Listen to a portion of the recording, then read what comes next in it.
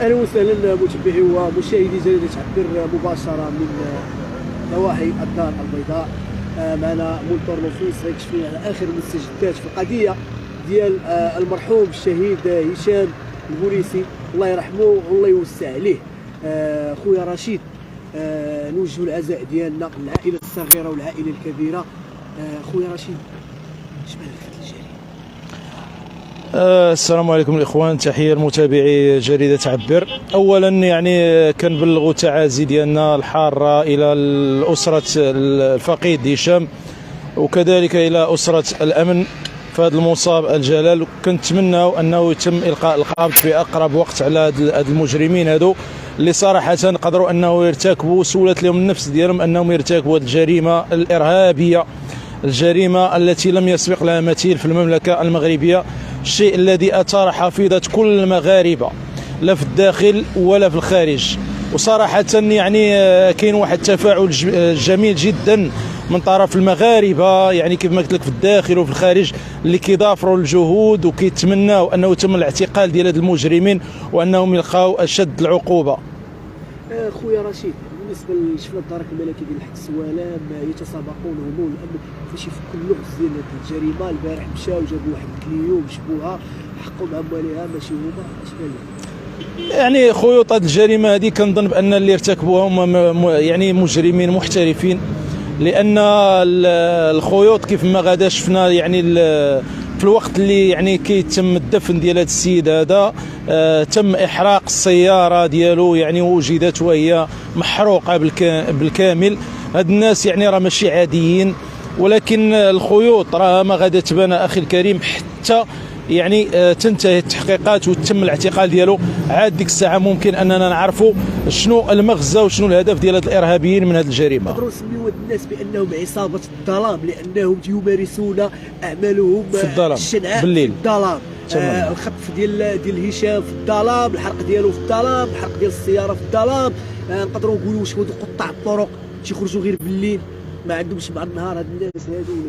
اكيد في حالة الجريمه غادا ترتكب بالليل، لانه ما يمكنش ان شي مواطن مغربي غادي ما غاديش يبلغ عليها وما غاديش يوصل المعلومات عليها.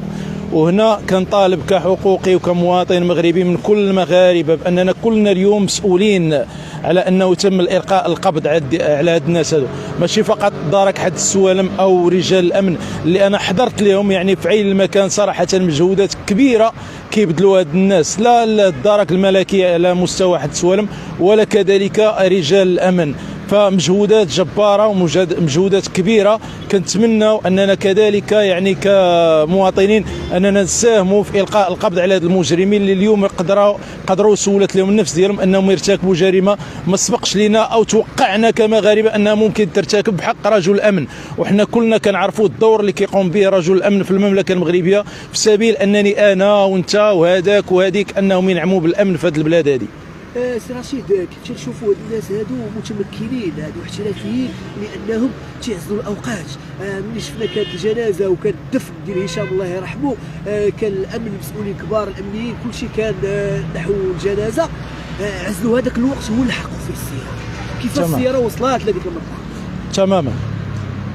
فمهما ذكاء هاد المجرمين هادو، اقولها وساقولها، مهما بلغ ذكاء هاد المجرمين هادو، كن على يقين بان الذكاء ديال يعني الدعاء ديال هذيك المراه الام ديالو اللي سمعناه في المقبره، كذلك يعني الدعاء ديال الاب ديالو، وهذا الشيء كيدل على ان ذاك السيد كان مرضي مهمته، مرضي بواحد الشكل كبير، لان الام كانت منهاره تماما وكانت كتقول يعني بهذا اللفظ هذا: شكون غادي يديني للسبيطار؟ اي انه مسكين كان كيلتزم معها وكيديها في الحصص اللي يعني كتمشي فيهم للسبيطار.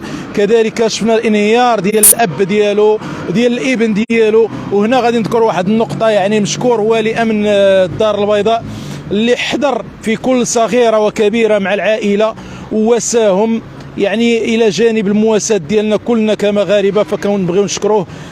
كذلك شفنا العناقه ديالو مع الابن ديالو والمواساه ديالو، فهذا الشيء كله كيرفع شيئا ما من معنويات العائله اللي راه ما غاداش تحس بانها بوحدها، واليوم راه كتحس لا اداره الامن معها ولا الدرك معها ولا حنا كمواطنين معها. تحيه كبيره للمدير العام للامن الوطني سي عبد الفتاح حموشي على الترقيه اللي عطى اكيد لهذا البوليس. عبد اللطيف حموشي ماشي اللي يلاه اليوم اللي غادي نهضروا على هذا السيد، وصراحه هذا الشيء اللي كيقوم به راه كيتكلم على هذه الشخصيه اللي صراحه كنفتخروا بها. ما نساوش بانه سبق بواحد الخطوه ديال انه بعث بالارامل ديال موظفي الامن الوطني الى الحج، يعني خطوه وبادره كانت طيبه جدا. كذلك جات مع هذه الخطوه هذه ديال الترقيه، وماشي هي الترقيه الاولى الرجل الامن، اكيد الترقيه الاستثنائيه اللي غادي يستافدوا منها العائله ديال هذا الشرطي هذا اللي مات بهذه الطريقه هذه. فمبادرات كثيره قام بها هذا السيد مشكور، وحنا راه كلنا كمغاربه اليوم كنعترفوا بالجميل لهاد الناس هادو، لهاد الشخصيات هادو اللي كنفتخروا بهم، واللي صراحه نبعوا من قلب ولاد الشعب ودرجوا باش وصلوا لهذاك المستوى، فاحنا كنفتخروا بهم. اكيد ان الامن ديال المغرب تيستعلوا في جميع الدول، ولهذا الجريمه هذه اقسم بالله العلي العظيم غادي يتشدوا المجرمين في اقرب وقت ان شاء الله باذن الله. اكيد انا متاكد من هذا الكلام ديالك. كلنا متفقين على انه غادي يتم القاء القبض عليهم ان شاء الله في اقرب وقت. اولا الحنكه ديال الامن المغربي في التعامل مع ملفات كبرى، فما بالك بهذا الملف ديال كذلك بالدعوات وبالاخلاص وبالرضا ديال الوالدين ديال هذا رجل الامن هذا. سي رشيد، ما نساوش بان الدرك الملكي ديال الثروه ديال الحبس والم كلشي خدام، يعني شفنا واحد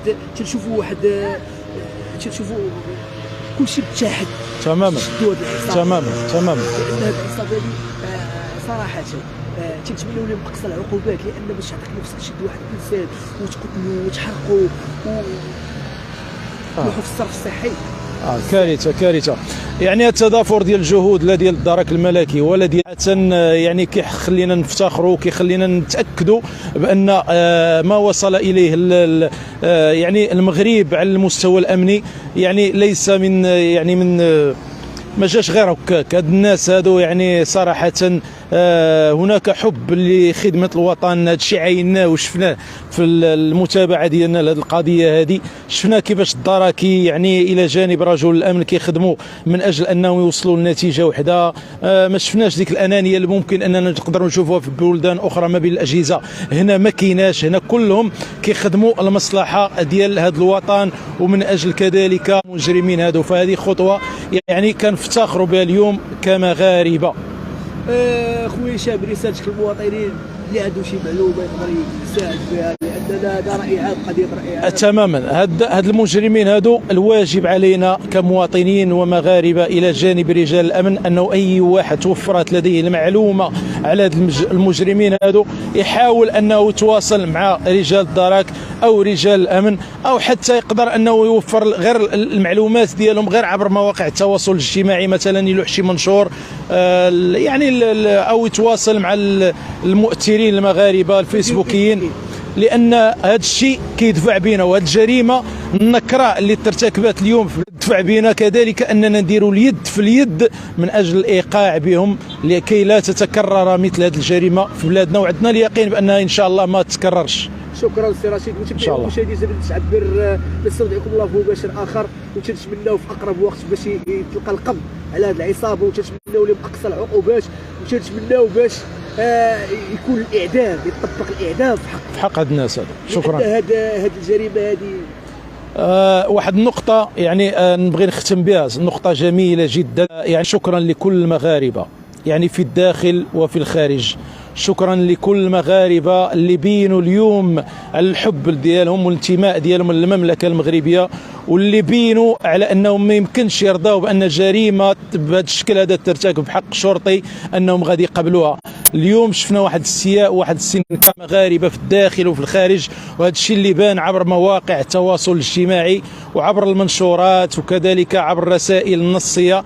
فالكل يوم يعني ينتظر فك خيوط هذه الجريمه واعتقال هاد الناس هادو، وانهم ينالوا الجزاء الذي يليق بهم. وما كاينش شي جزاء كنتسناو انه يليق بهاد الناس اكثر من عقوبه الاعدام. شكرا جزيلا. شكرا خويا. متابعوا مشاهدينا تعبر نستودعكم الله في بشر اخر، الى اللقاء. الله يرحم خويا هشام، الله يسلمك العائله. الله يرحمه.